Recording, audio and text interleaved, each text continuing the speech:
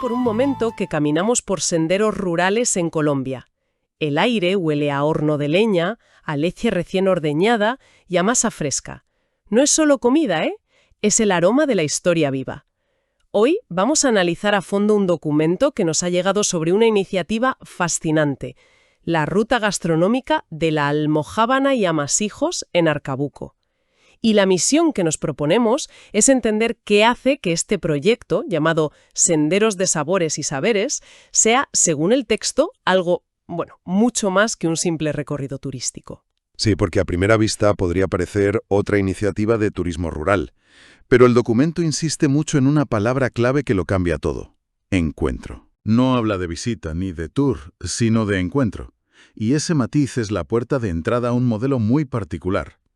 Lo que vamos a analizar es cómo esa idea transforma una ruta gastronómica en una herramienta de desarrollo comunitario, casi en un acto de afirmación cultural. Vale, empecemos por el principio, porque el documento arranca de una forma muy potente, muy sensorial. Insiste en que no fue solo una visita, sino un encuentro profundo con la historia viva del territorio, y lo describe apelando directamente a los sentidos. El olor del horno, la leche fresca, la masa que se trabaja con paciencia. Parece que la primera parada del viaje no es un lugar, sino una sensación. Es que es una estrategia muy inteligente. En lugar de darte un folleto con la historia de la almojábana, te sumergen en el contexto. Apelan a la memoria sensorial, que es la más poderosa que tenemos. El olor a pan recién hecho no te lleva a un dato, te lleva a la casa de tu abuela, a una sensación de hogar, de algo auténtico. Es una forma de desarmar el cinismo del turista y abrirlo a una experiencia más profunda, antes siquiera de empezar a explicarle nada. Están diciendo, primero siente, luego entenderás. Claro, te están metiendo en la cocina, literalmente, ¿no? Pero, ¿es solo una técnica de marketing para que la experiencia parezca más auténtica o de verdad tiene una función más profunda dentro del proyecto? Porque hoy en día todo se vende como una experiencia. Ahí está la clave. En un tour gastronómico convencional, el objetivo final es el consumo. ¿Pruebas? ¿Te gusta? ¿Compras? De experiencia sensorial es el camino hacia la transacción. Aquí, según se desprende del texto, el propósito es otro.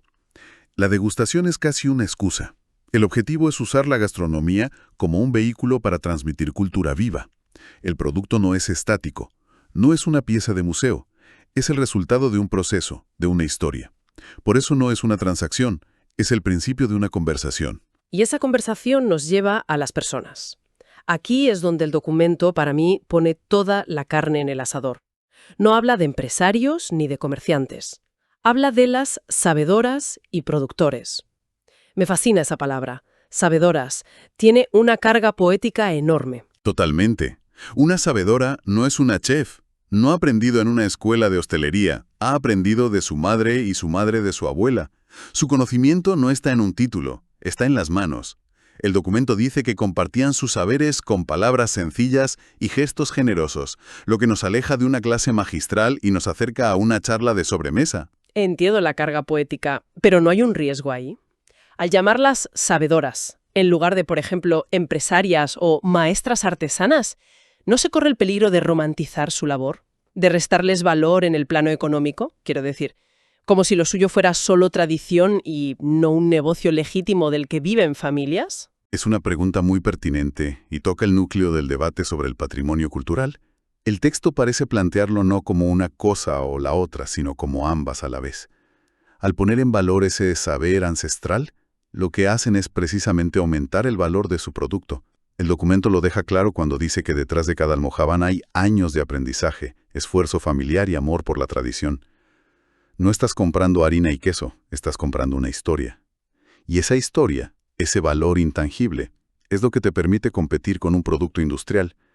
Así que, paradójicamente, al reafirmar su rol de sabedoras, están reforzando su posición como empresarias en un mercado que busca precisamente esa autenticidad. Vale, visto así, es una estrategia de diferenciación muy potente. Y es aquí donde aparece una de las frases más contundentes del texto. Dice que la gastronomía de Arcabuco es una expresión de identidad y resistencia cultural. Resistencia. Es una palabra con mucho peso, casi política. ¿No estaremos exagerando un poco? Al final del día es gente haciendo su trabajo para ganarse la vida. ¿De verdad el documento lo plantea como un acto de resistencia consciente? Yo creo que sí. Y es uno de los puntos más interesantes del análisis. La resistencia no siempre es levantar una pancarta. A veces la resistencia es seguir amasando el pan como te enseñó tu abuela en un mundo que te empuja a comprarlo congelado en el supermercado. Es una afirmación activa, es decir, frente a la homogenización global, nosotros tenemos esto. Es nuestro, tiene historia y lo vamos a proteger. No es un acto pasivo de supervivencia, es una elección consciente de mantener una identidad. Y al compartirlo en sus propios términos, como en esta ruta, están controlando la narrativa. No dejan que venga alguien de fuera a empaquetar su cultura y venderla. Ellos son los protagonistas. Entonces, esta resistencia cultural no es tanto contra algo, sino a favor de algo. Exacto. A favor de su propia historia. Eso cambia la percepción. Ya no es un simple producto, es un manifiesto comestible. Y claro, esto nos lleva a pensar cómo cambia la percepción de un alimento cuando se conoce la historia y las manos que lo elaboraron. Cambia por completo. Dejas de ser un simple consumidor y te conviertes, aunque sea por un instante, en un cómplice de esa historia. Se genera un respeto, y ese respeto es la base para un turismo más sostenible, porque ya no buscas el precio más bajo, sino el valor más alto. Y el valor aquí es la conexión humana. Es algo que me recuerda a un proyecto que conocí en un pueblo de los Pirineos. Empezaron a recuperar una variedad de queso que estaba casi extinguida. Al principio, la gente joven lo veía como cosa de viejos, pero cuando organizaron unas jornadas y los abuelos contaron las historias detrás de ese queso, de cómo lo usaban de moneda, cómo sobrevivieron gracias a él en la posguerra, todo cambió. Se generó un orgullo colectivo que fue el motor para crear una cooperativa que hoy funciona de maravilla. Es un patrón que se repite. El orgullo es el combustible de la sostenibilidad. O sea que el proyecto no se queda en la nostalgia. Y de hecho el documento lo confirma porque una parte central del recorrido eran las capacitaciones. Pero de nuevo, el texto insiste en que no fueron clases al uso. Los describe como espacios de conversación y reflexión colectiva. Parece que hasta la formación la convirtieron en un encuentro. Es que es la única manera de que funcione. Si llegas con un experto de la ciudad, con un PowerPoint, a decirles cómo tienen que hacer las cosas, generas rechazo. El documento dice que se usaron ejemplos cotidianos y ejercicios prácticos, lo que implica que partieron de su propia realidad. Hablaron de temas como calidad, turismo responsable, seguridad alimentaria. Un momento, aquí veo una tensión interesante. Por un lado, hablamos de sabedoras y de un conocimiento ancestral casi sagrado. Por otro, de capacitaciones en seguridad alimentaria. ¿Cómo se casa una cosa con la otra? ¿No existe el peligro de que al intentar estandarizar para cumplir con normativas sanitarias o de calidad se pierda precisamente esa magia, esa variedad única de cada horno, de cada mano? Ese es sin duda el mayor desafío de estos proyectos. El equilibrio es muy delicado. La capacitación es clave, porque sin ella el proyecto no es viable a largo plazo. Necesitas garantizar una calidad mínima y unas condiciones sanitarias. Pero si esa capacitación se convierte en una receta única que todos deben seguir al pie de la letra, matas la gallina de los huevos de oro. Anulas la diversidad, que es la base de la riqueza cultural. El reto, y parece que este proyecto lo entendió, es enseñar el por qué sin imponer el cómo. Enseñar por qué es importante mantener la cadena de frío, por ejemplo, pero dejando que cada sabedora aplique ese principio a su propia receta y a su propio método. Claro, se trata de darles herramientas, no de darles órdenes. Eso es. De fortalecer su capacidad para que sean ellas mismas quienes gestionen su patrimonio. El documento habla de fortalecimiento de la organización comunitaria, como uno de los objetivos clave. Exacto. Es un modelo de empoderamiento clarísimo. No se trata de crear empleados para una industria turística, sino de consolidar a una comunidad de productores para que sean dueños de su destino. Se está construyendo capacidad local. Se les dice, este patrimonio es vuestro, y aquí tenéis las herramientas para gestionarlo, protegerlo y hacerlo económicamente viable sin que pierda su alma. Y eso, a la larga, es mucho más sostenible que cualquier inversión externa. Vale, tenemos el producto con su historia, las personas como guardianas del saber y la formación para que sea sostenible. Pero falta un ingrediente. Todo esto puede sonar muy técnico, muy estratégico. ¿Consiguió el proyecto crear, no sé, un buen rollo, una sensación de comunidad? Pues según el texto, ese fue el resultado más visible. Lo describe como un espacio de alegría y convivencia. Y esto es crucial. Lo que están construyendo no es solo una ruta turística, es una red de confianza.